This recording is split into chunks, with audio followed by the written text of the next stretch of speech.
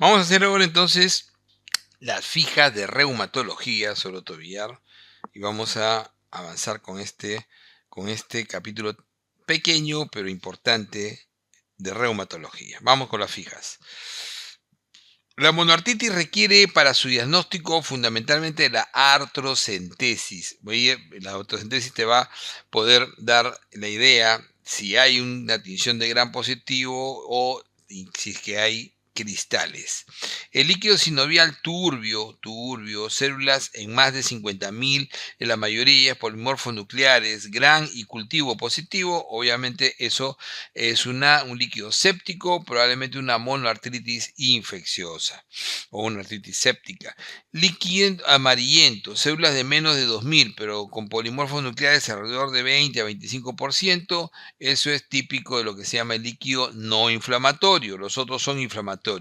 Líquido turbio, células de más de 2.000, 50% generalmente polimorfos. Cultivos negativos, esos son los líquidos inflamatorios que en su gran mayoría de las colagenopatías nos van a dar y que muchas veces puede llegar incluso a más, alrededor de 20.000 o más, y encontrarse cristales. Es la causa más frecuente de artritis séptica, Estafilococo aureus, de lejos el 70%, Estafilococo aureus. La artritis séptica, inmunosuprimidos y hospitalizados, es asociado a bacilos gram negativos. Niño con antecedente de cojera, febril, con dolor intenso de cadera, inmovilización del miembro, típicamente artritis séptica infantil. Localización más frecuente, cadera. Etiología en niños mayor de 2 años. Estafilo sigue siendo siempre, sigue siendo siempre. ¿Ya? Y en menores iguales a 2 años sigue siendo siempre estafilo primero. Pero aparece como número 2 Kingella kingae, ¿ya? Entonces, estafilo siempre es la número 1. La localización de la artritis séptica en el adulto, lo más frecuente es rodilla. Definitivamente rodilla, y siempre, acuérdense que siempre es hematógena. La localización de la artritis séptica en niños, lo más frecuente es cadera, igual siempre hematógena. Factor de riesgo en la artritis séptica, siempre recordar la lesión previa, la artrosis, la inmunosupresión, la diabetes, en presencia de prótesis, artritis reumatoidea, intervenciones a ese nivel. Mujer joven con infección de tracto de transmisión sexual, artritis de rodilla, típicamente artritis gonocócica, recordar la tenosinovitis, la artritis migratoria o artralgia migratoria en estos pacientes. La triada de la artritis, entonces decíamos, artritis migratoria, tenosinovitis y dermatitis pustulosa, típico de la artritis gonocócica diseminada. Tratamiento de la artritis séptica, característicamente, si es sin factores de riesgo, la oxacilina. Drenaje es básicamente drenaje y el antibiótico parenteral, que lo que más vamos a utilizar es oxacilina en el paciente no complicado. Tratamiento de artritis gonocócica, la ceftriaxona y la doxiciclina es una alternativa adicional que se puede sumar o no dependiendo de la ITS. Las secuelas de artritis séptica son típicamente secuelas artrósicas que disminuyen rango articular, generan dolor crónico, y la anquilosis es el peor escenario. El mayor de 50 años es obeso, hiperuricémico, con dolor en primer dedo, o sea, lo que se llama una podagra, típicamente es una gota, ataque gota agudo. El diagnóstico de gota, ¿qué precisa? Que identifiques los cristales de urato monosódico articular siempre. Son complicaciones de la hiperuricemia, entonces puedes hacer gota o puedes hacer litiasis. Ya, esas son las dos. Y acuérdense que en la mayoría de los pacientes con hiperuricemia, si no tienen litiasis ni tienen artritis, no se trata. Localización más frecuente de la gota aguda, entonces típicamente la podagra o primer metatarso falángica. Ataque de artritis en podagra nocturno intenso que tiende a autolimitarse, esa es la gota aguda clásica. El gotoso asintomático, ese es el paciente que está en el periodo intercrítico. Gotoso con tofos, olivo articular y deformante, ese es la gota típicamente crónica, la gota crónica. Medicamento asociado a ataque a gota, obviamente los diuréticos a la cabeza, hidroclorotiazida, salicilatos, piracinamida, alcohol, levodopa. Estándar de oro para el diagnóstico de gota es encontrar los cristales de urato monosódico, cristales, ¿no?, tipo aguja, birrefringencia negativa. Tratamiento de la gota aguda siempre es AINES primero y se asocia a colchicina si no es suficiente. Indicación hipoglucemiante, le das alopurinol, por ejemplo, ¿no? Le das alopurinol si tienes tofo, si tienes litiasis asociada o es recurrente. Recurrente 2 o más al año. Inhibe la xantina oxidasa, el alopurinol. Ok. Línea cálcica articular en adultos mayores. ¿Cómo se llama eso? Es una línea de pirofosfato cálcico y eso se llama condrocalcinosis, que es de pirofosfato cálcico. La pseudogota se localiza con mayor frecuencia ¿dónde? En rodilla. La hemocromatosis, ¿no? Asociado a flogosis en rodilla izquierda, cristales de pirofosfato cálcico en líquido, es una condición que precipita pirofosfato cálcico y puede provocar pseudogota, que es la fase aguda de depósito del pirofosfato cálcico. El estándar de oro para diagnóstico de pseudogota es básicamente encontrar el cristal de pirofosfato cálcico que es romboideo azulado y de birrefringencia positiva. Cuando tienes 2 a 4 articulaciones se llama oligoartritis. Una oligoartritis asimétrica, entesitis, compromiso columna y factor reumatoideo negativo, lo primero que pienso es una espondiloartropatía seronegativa. La espondilitis insacroileitis es una variante, ¿no? Y se llama espondilitis insacroileitis radiológica. Pero cuando tienes ya tu compromiso sacroilial, eso se denomina espondilitis anquilosante en el 90% y artritis reactiva en el 80%, que se asocian a HLA-B27. Entonces, la espondilitis anquilosante, que es la que este cuadro con sacroileitis, en el 90% se asocia a HLA-B27 y la artritis reactiva en 80%. El dolor lumbar crónico inflamatorio. Dolor lumbar crónico. Recordad que el dolor crónico más de 3 meses, inflamatorio, se incrementa en el reposo y cuando el paciente está descansando en el sueño. En menores de 40 años que tiene un dolor lumbar crónico inflamatorio y que además implica rigidez matutina, si le sumas a eso sacroileitis y HLA-B27, pues tienes ya el diagnóstico de espondilitis anquilosante. En la espondilitis anquilosante es necesario para el diagnóstico sacroileitis bilateral. Test que mide la funcionalidad de la columna sacra. Recordar que el test de Schober te mide la funcionalidad de la flexión de la columna. Tratamiento de primera y segunda línea en espondilitis anquilosante. Siempre recordar que primero AINES y después anti-TNF cuando no hay respuesta. Oligoartritis asimétrica aséptica posinfecciosa pero aséptica y es una oligoartritis, esa es la artritis reactiva. La triada de Reiter en la artritis reactiva se denomina al hecho de tener artritis en el 100% de los casos, uretritis no específica, conjuntivitis no secretoria. YC significa que en el caso de esta artritis reactiva, que puede ser posinfección, ¿no es cierto?, geniturinaria o gastrointestinal. Cuando es gastrointestinal, diarrea, Shigella, Salmonella, Yersinia, Campylobacter, es lo característico. Úlceras orales no dolorosas en artritis reactiva es diagnóstico diferencial con vasculitis de Behçet, donde ahí sí te da úlceras recurrentes tipo aftosas con dolor. La lesión eritemato-descamativa asociada a artritis y dactilitis con compromiso unguial, eso se denomina artritis psoriática. Es paciente que hace dactilitis, que hace compromiso unguial y que tiene lesiones eritemato-descamativas clásicas de psoriasis. La artritis psoriática siempre compromete articulaciones, sobre todo interfalángicas distales, y produce generalmente la abulsión. Entesitis más característica de la artritis psoriática, pues el dedo de salchicha o dactilitis. La osteoartrosis, el compromiso en osteoartrosis, básicamente es el compromiso del cartílago articular. Mujeres de 50 años con dolor crónico, crujido, engrosamiento articular y deformidad, eso es típico de la osteoartrosis. Lesión de características de osteoartrosis primaria, pues siempre recordar las manos en la mujer y la producción de nódulos de Heberden a partir de los 50 años, como se ve en la imagen.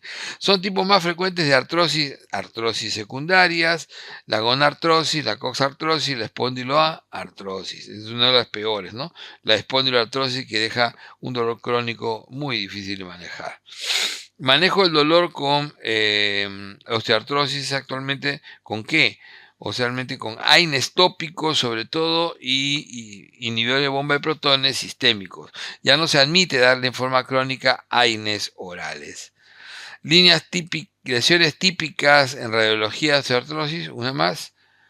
Característica lesión típica en radiología es primero la que empieza con la esclerosis subcondral, el pinzamiento, y después ver los osteofitos, las geodas y por último la anquilosis.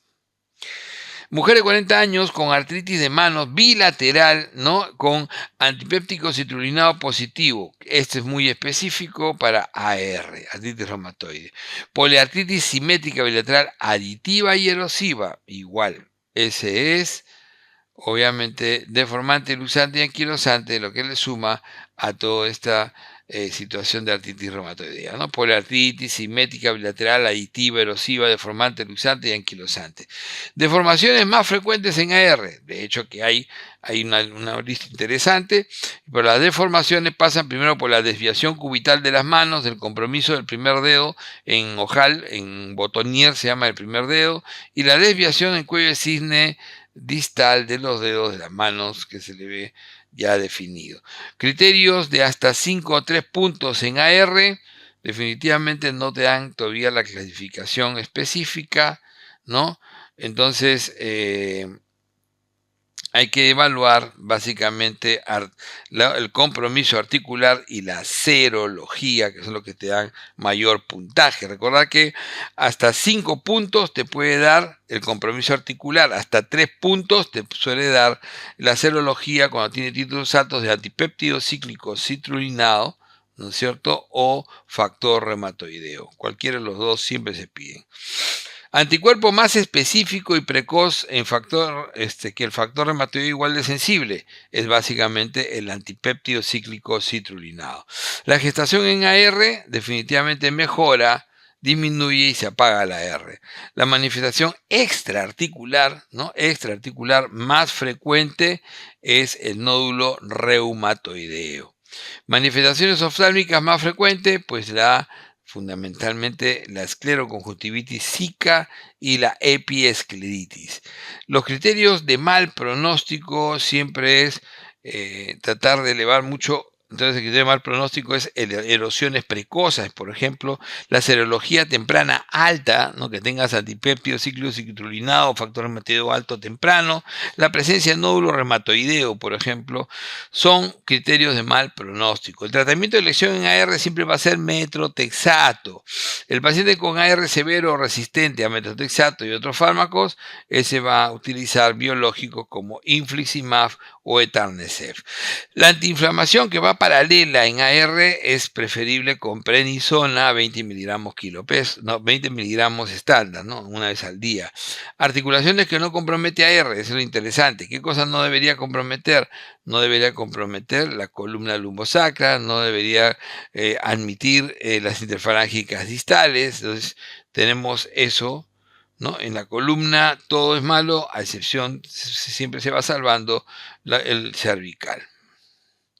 Lupus, mujer de 25 años, febril, rash malar, fotosensible, poliartritis y proteinuria. Entonces estamos ante un lupus florido, ¿no es cierto? Febril, rash malar, fotosensible, poliartritis y proteinuria.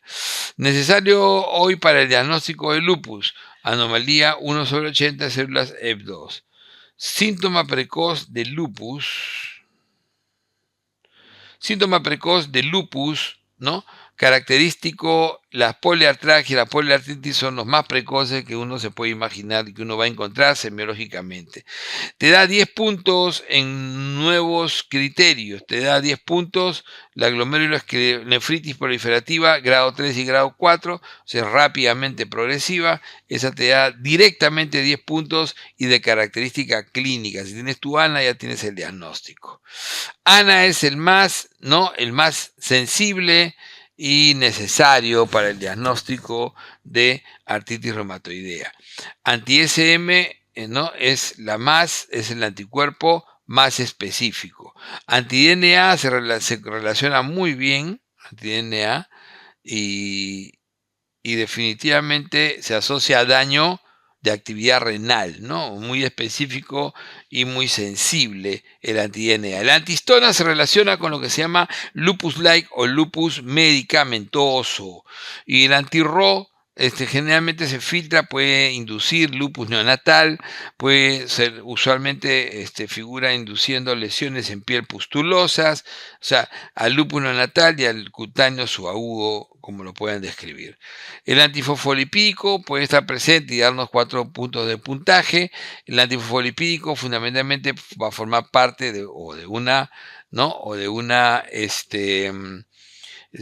un SAF secundario o el riesgo asociado por el criterio inmune.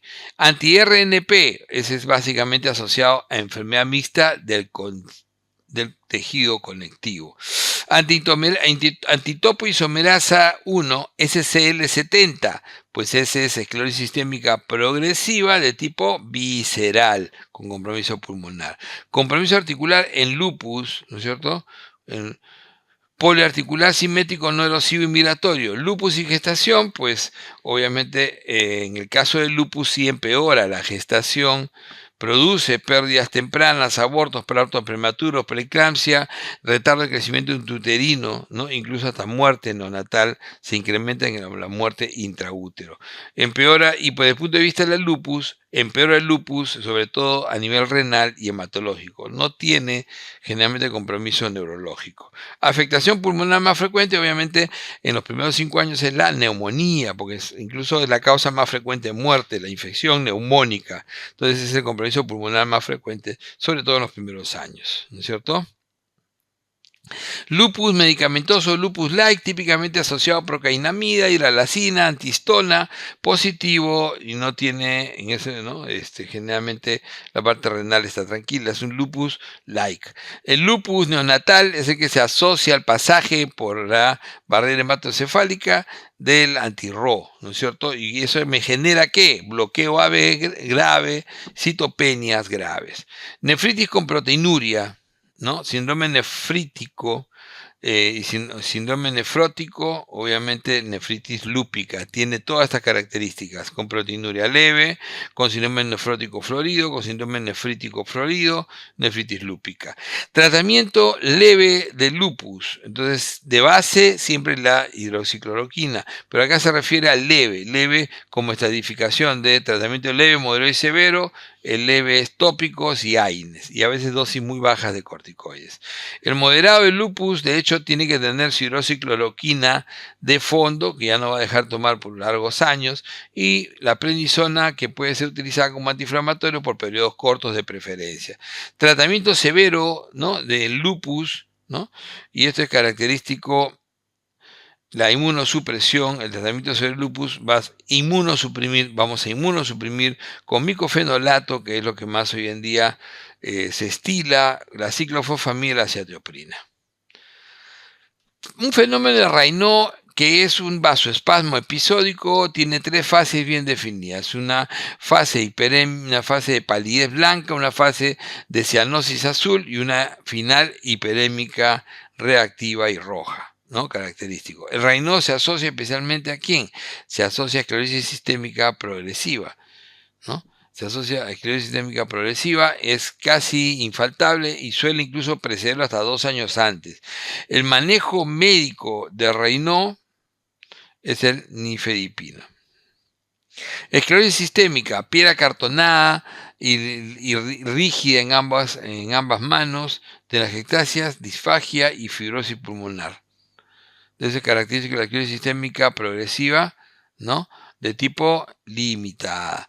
La esclerosis sistémica progresiva localizada con relación a qué anticuerpo crees tú, a los anticentrómeros o TSI, inmunoglobulina estimulante de anticentrómeros. CRES es básicamente, como su autor lo ha aclarado, es un método de sospecha, pero no es una entidad, no es una entelequia. Entonces, simplemente juntar y ver cuáles tienen valor predictivo más positivo, y entonces resulta que la cianosis, el fenómeno de Raynaud, el compromiso esofágico, esclerodactilia, otras ectasias, si alguno de estos sistemas está comprometido, pues obviamente el paciente va a tener este CRES es clásico de la esclerosis sistémica progresiva de tipo limitada. Debilidad muscular proximal, CPK elevado, electromiografía con patrón miopático, biopsia con infiltración linfocítica y necrosis. Esto tiene 4 de 4 para polimiositis, ¿no es cierto? ¿No? 4 sobre 4. La dermatomiositis es esto mismo con el compromiso dérmico, y entonces vas a tener pápulas de Gottron y rash en heliotropo. La fibromialgia es dolor crónico más de 3 meses sin causa conocida, asociado a síndrome de fatiga crónica y a trastorno del sueño, típico de la fibromialgia. La evaluación de dolor se hace en 7 de 9 áreas definidas por dolor, ¿no? Y se apunta en una libreta de acuerdo a la evolución. Entonces, ¿cuáles son esos sitios clásicos? Occipucio, cervical bajo, trapecio, supraespinoso, segunda costilla, epicóndilo lateral, glúteo, trocánter mayor y rodillas. El síndrome de Sjögren es un síndrome básicamente de serostalma, serostomía, piel seca, asociado a anti-RO, clásicamente positivo, y además de ello puede generar como complicación tardía fibrosis pulmonar. Entonces, la vasculitis más frecuente del anciano es, de hecho, la vasculitis por depósito, ¿no? La vasculitis de células gigantes o arteritis temporal, que produce una hemicrania con amaurosis fugaz clásica. Entonces, la triada va a ser amaurosis fugaz, cefalea focalizada, ¿no? O hemicrania, y la claudicación mandibular en algún momento. Vasculitis con pulsos deficitarios en miembros superiores y síncope, ¿no? Pulso deficitario, típicamente es un paciente con artritis Takayasu. No le llega el flujo, entonces tiene ese grave problema. Niño menor de 5 años, eritema con edema en manos, rash polimorfo, conjuntivitis y mucositis con lengua fresa. Eso característicamente de la manipulación, y eso es el niño que llega a cada rato a emergencia como si fuera una alergia, pero tiene una fiebre intensa, más de 40, el rash es polimorfo a nivel de todo el cuerpo, y sobre todo llama la atención la lengua fresa, la estomatitis, la mucositis intensa. Eso es un Kawasaki, enfermedad de Kawasaki. Varón de mayor de 50 años, fiebre persistente, mialgia, mononeuritis múltiple, antecedente de hepatitis B, eso es un PAN, una poliartritis nodosa. Vasculitis ANCA positivo. Entonces tenemos ahí 3 grupos fundamentales: la poliangitis granulosa de Wegener, la eosinofílica de Church-Strauss y la poliangitis microscópica. Si yo digo sinusitis, hemoptisis con granuloma cavitado, hematuria y ANCA-C positivo, es el PR3, eso es típico de Wegener, poliangitis granulomatosa de Wegener. Si yo digo hemorragia pulmonar difusa y glomerulonefritis con ANCA-P, ¿no? El MPO, típicamente hemorragia pulmonar difusa y glomerulonefritis, vamos a pensar en poliangitis microscópica, no está infiltrando nada en el pulmón. En cambio, la paciente eosinofílica, periférica y tisular, infiltrados transitorios, asma, hematuria y ANCA-P, recuerda que todo esto lo que me va a conceptualizar básicamente es la poliangitis eosinofílica de Church-Strauss.